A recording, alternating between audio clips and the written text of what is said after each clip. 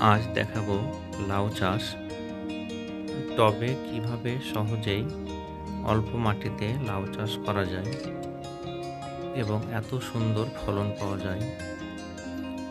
দেখতেই পাচ্ছেন প্রতিটা টবে মাত্র একটা করে গাছ আছে এবং প্রতিটা গাছেই 2-3টে করে লাউ ফলেছে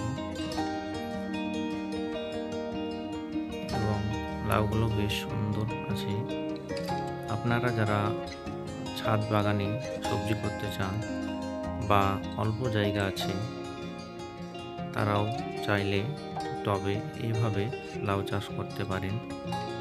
দেখতে পাচ্ছেন কিভাবে টবের মধ্যে মাচা করে দেওয়া হয়েছে 4টা কাঠি দিয়ে এবং অল্প জায়গায় কিভাবে লাউ চাষ করা হচ্ছে। তো আপনারা যারা ছাদ বাগানে এভাবে করতে চান লাউ চাষ, তারা এভাবে খুব সহজেই লাউ চাষ করতে পারেন এবং যথেষ্ট পরিমাণে ফলন পাবেন। এটাই ছিল আজকের দেখানোর বিষয়।